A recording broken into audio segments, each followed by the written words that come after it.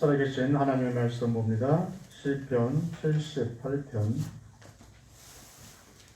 12절에서 22절까지입니다. 시편 78편 12절에서 22절까지 찾으셨으면 한 절씩 교독합니다. 옛적에 하나님의 애굽 땅 소환들에서 기이한 일을 저희 열주의 목전에서 행하셨으되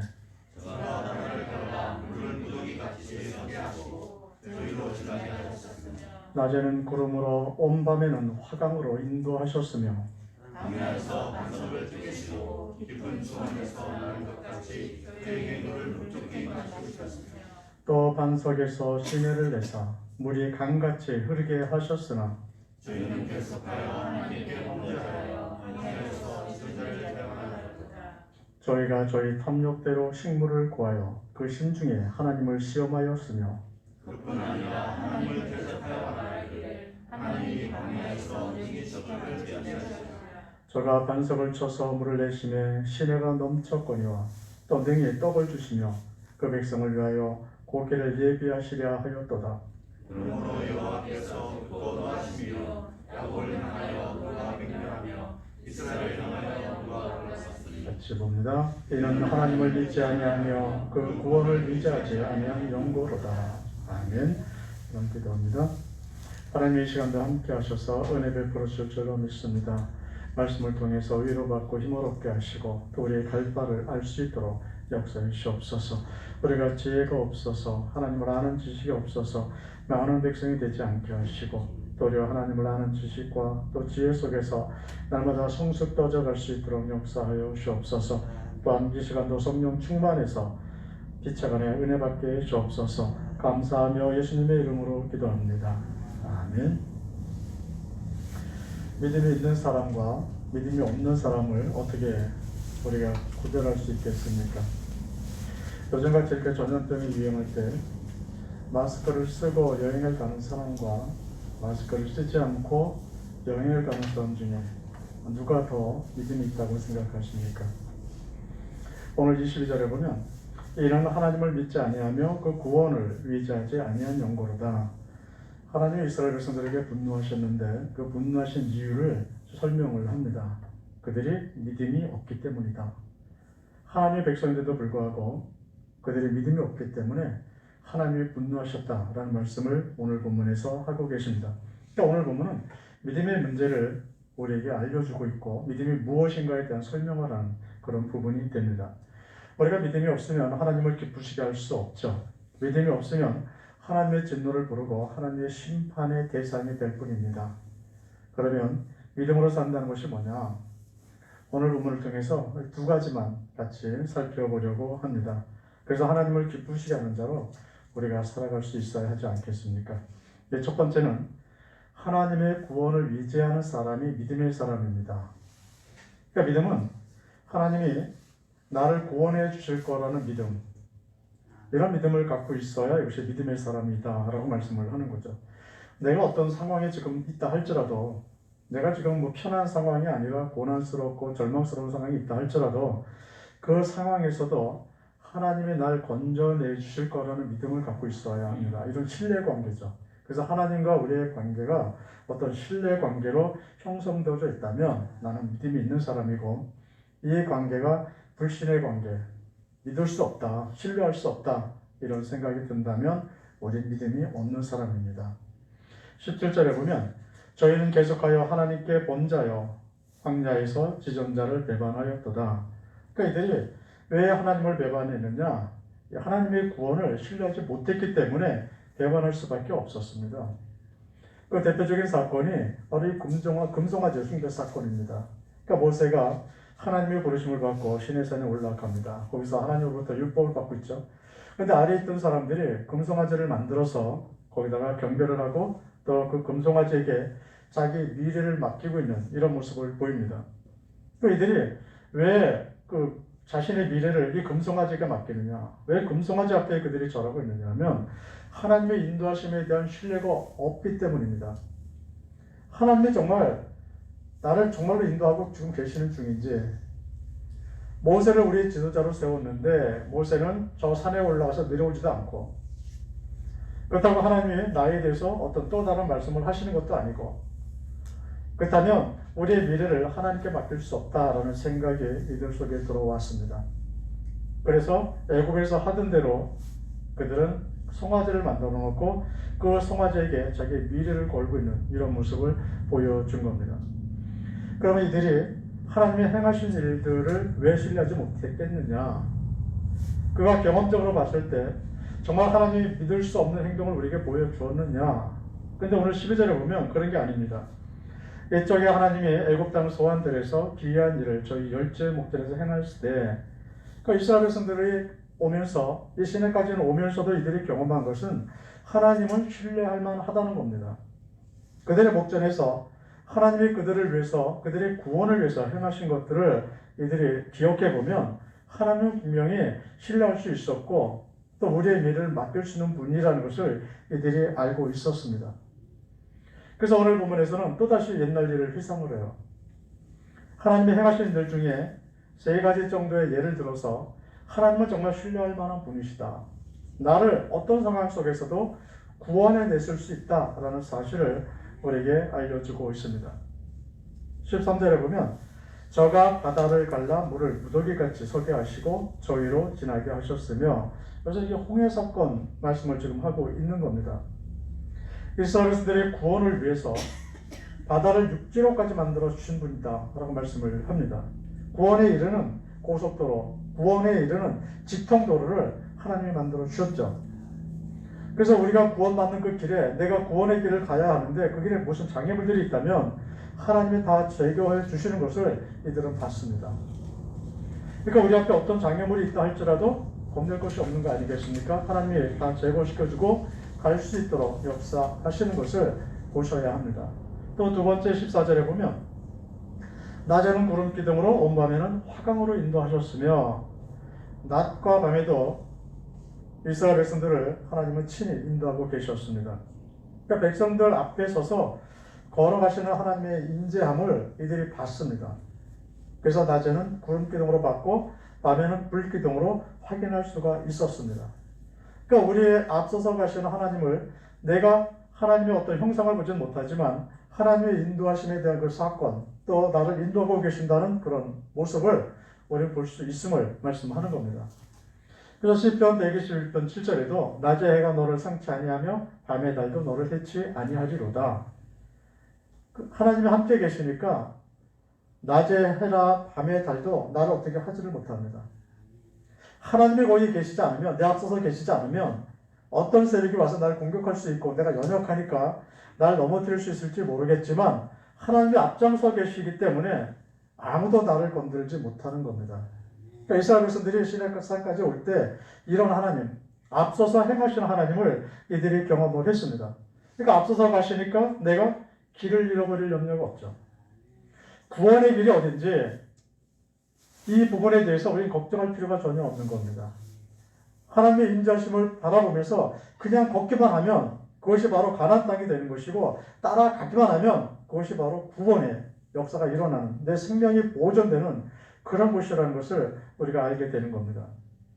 또 세 번째 15절에 보면 광야에서 반석을 쪼개시고 깊은 수원에서 나는 것 같이 저에게 물을 흡족히 마시우시며, 광야에서 가장 큰 문제가 갈증의 문제일 겁니다.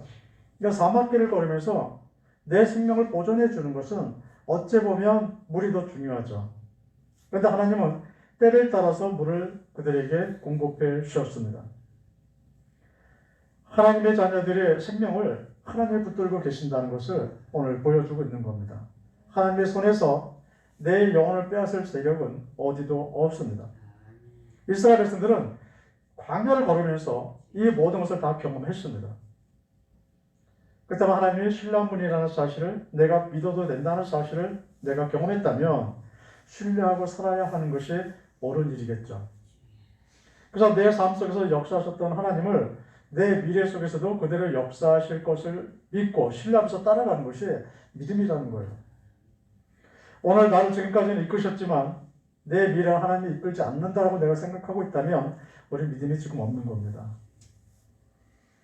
하나님이 말씀하시면 그 순종하는 것이 믿음이 되는 것은 그대로 따라가면 그것이 생명의 길이고 그대로 따라가면 거기가 구원의 길이고 그대로 따라가면 거기가 하나님의 나라는 사실을 내가 믿고 있기 때문이거든요. 그러니까 이런 하나님이 하시는 말씀에 대한 신뢰관계가 형성되어 있는 사람들이 바로 믿음의 사람이다라고 설명을 합니다. 두 번째는 하나님의 인도하심을 그대로 신뢰하며 따라가는 사람이에요. 그러니까 주도권이 누구에게 있느냐라는 겁니다. 우리의 삶의 주도권을 내가 갖고 있다면 믿음 생활을 하는 게 아닙니다. 그러니까 하나님이 나를 조종하느냐, 내가 하나님을 조종하느냐, 내가 하나님이 원하시는데 내 삶을 사느냐, 아니면 내가 원하는 삶을 하나님으로 하고 하게 하느냐, 이 문제예요. 그래서 내가 원하는 삶을 하나님으로부터 그렇게 하도록 요구하고 강요하고 내가 살아간다면 나는 믿음의 사람이 아니라는 거죠. 그러나 내가 원하는 것을 하나님이 꼭 해주셔야 된다고 우기는 것이 아니라 하나님의 뜻이라고 내가 순종하고 또 그 삶에 내가 적용하면서 살아간다면 이 사람이 믿음의 사람이다 라는 것을 우리가 설명해 주고 있습니다. 그래서 오늘 본문에 보면 이렇게 말씀하십니다. 저희가 저희의 탐욕대로 식물을 구하며 그 심중에 하나님을 시험하였으며, 이 탐욕대로라는 말씀을 하고 있는데 이것이 주도권의 문제를 말씀하고 있는 겁니다. 이스라엘 백성들은 어떤 마음이 있었냐면 자기가 원하는 삶을 살기 위해서 하나님을 조종해도 된다라는 생각을 갖고 있었습니다. 그래서 하나님을 시험했다라는 말이 뭐냐면 내가 하나님을 조종하는 거예요. 난 이거 원하니까 하나님 이거 주셔도 됩니다. 하나님의 능력이 하나님이라면요, 그렇다면 이거 주셔도 되는 거 아니에요? 이렇게 요구하는 거. 그래서 하나님이 내게 무엇을 원하는지 전혀 생각을 하지 않습니다. 그래서 오늘 본문에서 그 예를 우리에게 주고 있는데 19절에 보면 그뿐 아니라 하나님을 대적하여 능히 식탁을 준비하시랴. 하나님께 묻는 겁니다. 이스라엘 백성들이 그렇게 얘기했다는 거예요. 하나님 식탁 준비해 줄 수 있어요? 이 광야에서 내가 먹고 싶은 식탁을 여기다 차려줄 수 있으십니까? 이것을 요구하고 있는 것이 이스라엘 백성들이었습니다. 정말 당신이 하나님이라면, 나를 저 가나안 땅에 정말로 지금 인도하시는 분이라면 이 광야에서 내가 원하는 식탁 좀 차려주세요. 이런 요구를 이들이 했다 라면서 책망을 하고 있고, 이것 때문에 하나님이 즉 분노하셨다라고 말씀을 하고 있는 겁니다. 사람들 중에는 자기가 기도하면 다 응답받는다고 말하는 사람이 있어요. 내가 기도해주면 다 만사 형통해지고, 내가 기도해주면 병이 다 낫고, 내가 기도해주면 하나님이 역사하신다고, 내가 손 얹고 기도해보면 당신의 미래도 다 안다고. 이게 하나님을 조종하는 사람들입니다. 하나님의 뜻에 맞아야 그것이 응답되는 게 아니겠습니까? 내가 원하는 대로 응답되는 것이 아니라 하나님의 응답은 하나님이 원하시는 대로 날 데리고 가시는 거예요. 그러니까 어떤 일이라 할지라도 내가 보기엔 정말 좋은 일인데 그것을 통해서 내가 천국에 갈 수 없다면 하나님 응답 안 하십니다.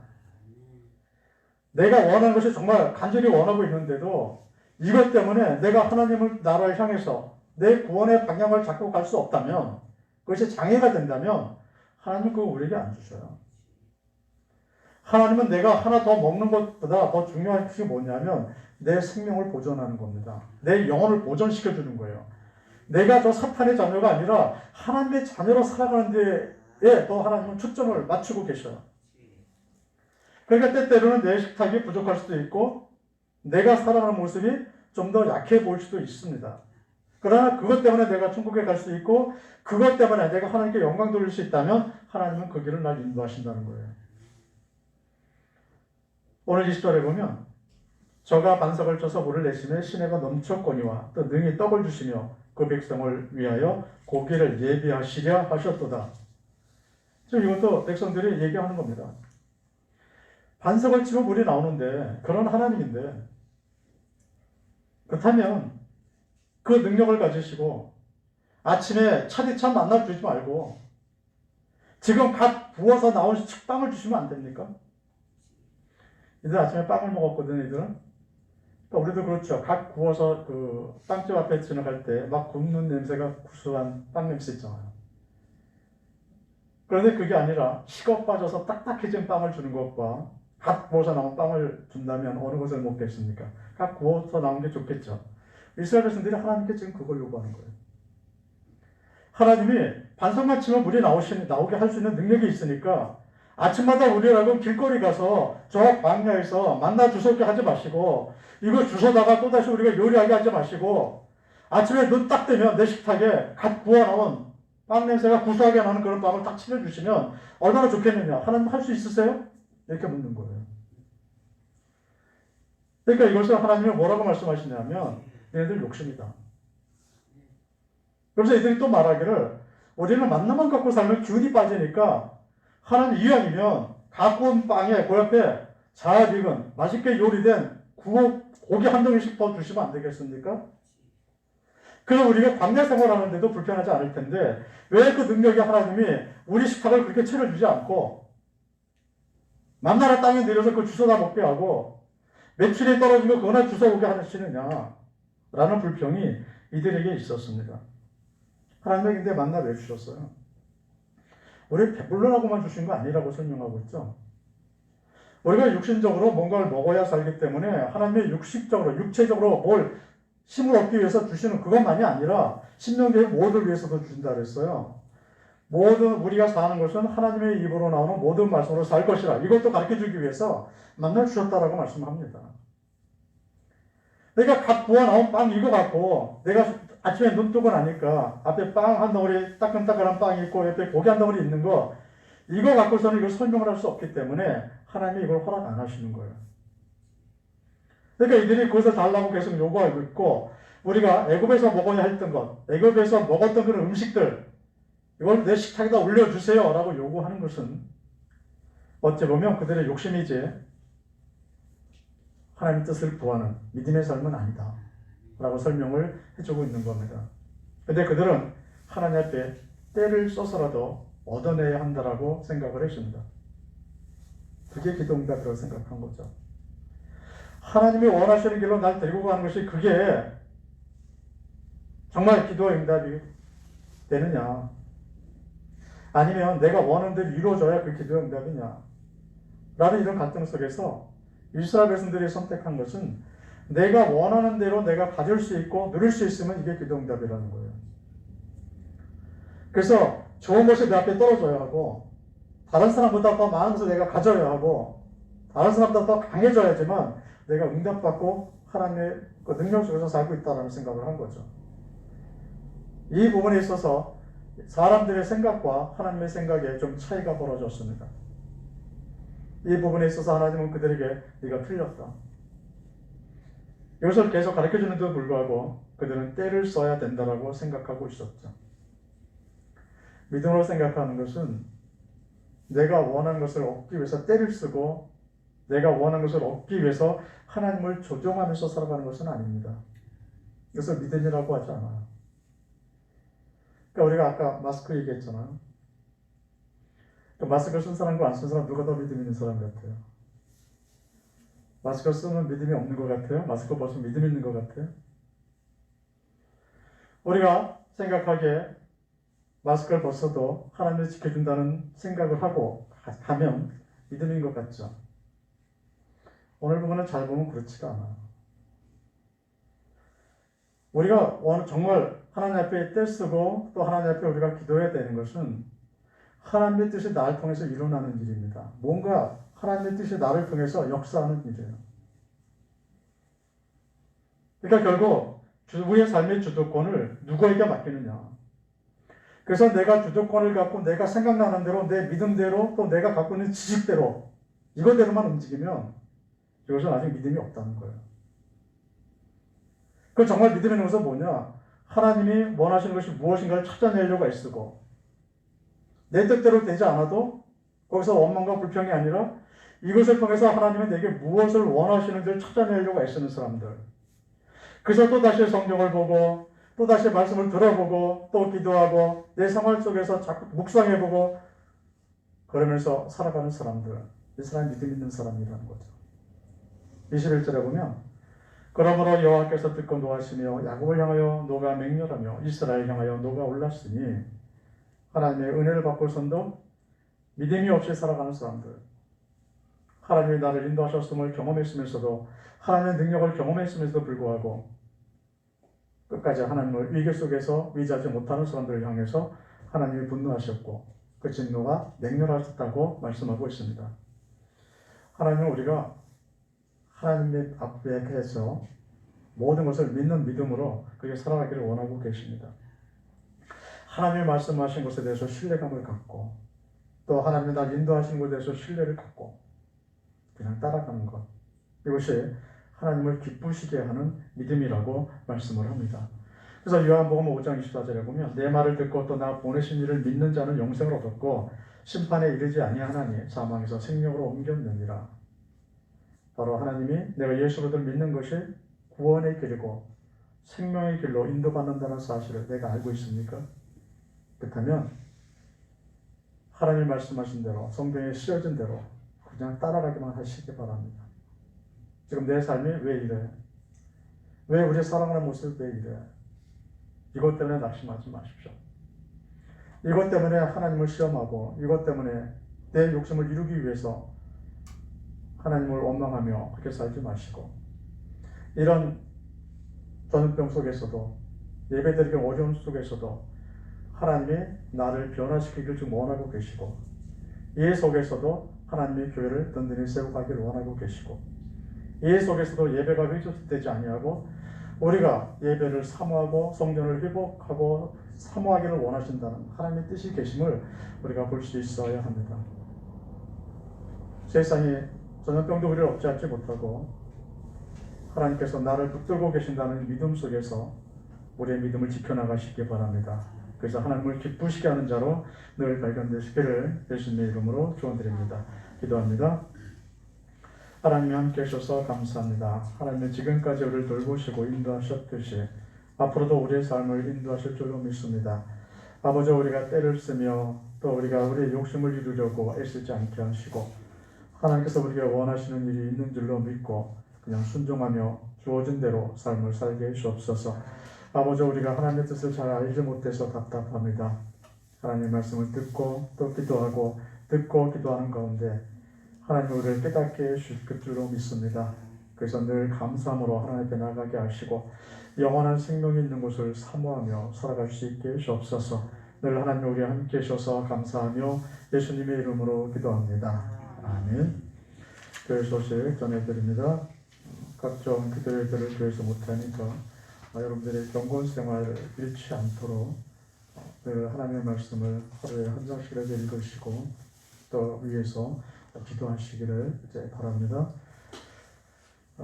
태신자 낙심된 자들을 위해서도 또 기도하시고 또 전도할 수 있으시기 바라고 또 잘 교회 출석 못하시는 분들을 위해서도 여러분들이 기도해 주시고 또 격려해 주시기 바랍니다.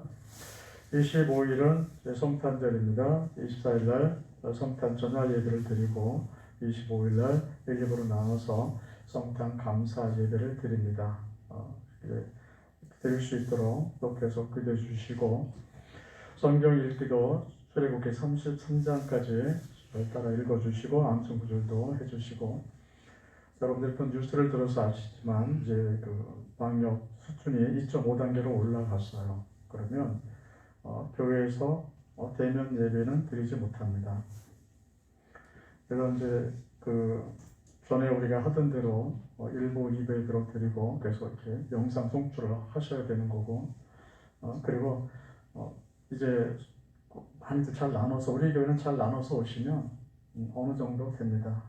그리고 2.5단계 올라갔으니까 집에서 놀아야지 집에서 쉬고 그냥 온라인으로만 예배 드리지 하지 마시고 이렇게 오전에 1부 예배 때 지금보다 조금 더 오시고 2부 예배 때 오시고 또 그래도 수용이 안 되면 한 2시 반쯤에서 3부 예배를 더 만들 생각입니다.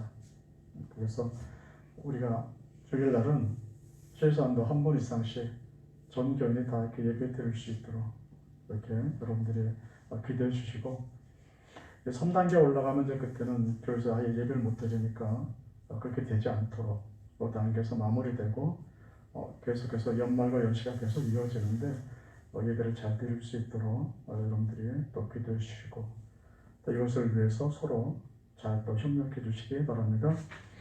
찬송 492장입니다.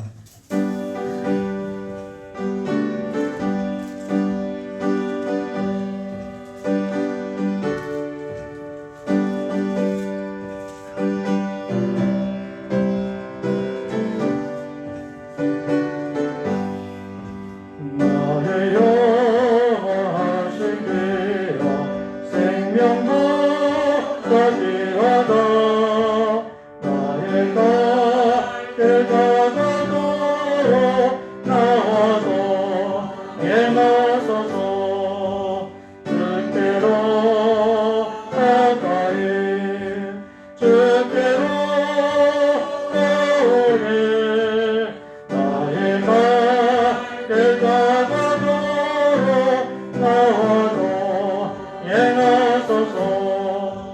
세상도 깨하는 방과 모든 명예 버리고 험한 길을 가는 동안 나와도 행하소서. 주께로 가까이 주께로 나오네. 나의 갈 다가도록 나와서 행하소서. 어둠 곳을 지나가며 험한 바다 건너서 정복물에 이르도록 나와서 행하소서.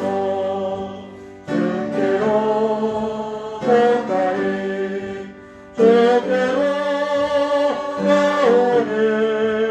나의 갈 다가도록 나와서 행하소서.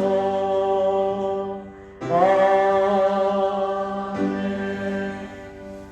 지금은 우리 구주 예수 그리스도의 은혜와 하나님 아버지의 극진하신 사랑과 성령님의 교통교제 인도 충만케 하시는 은혜가 참 믿음으로 하나님을 기쁘시게 하는 자로 발견되길 원하는 하나님 사람들의 머리 위에와 그들의 가정과 삶의 터전 위에 이제부터 영원토록 항상 함께 있을지어다. 아멘.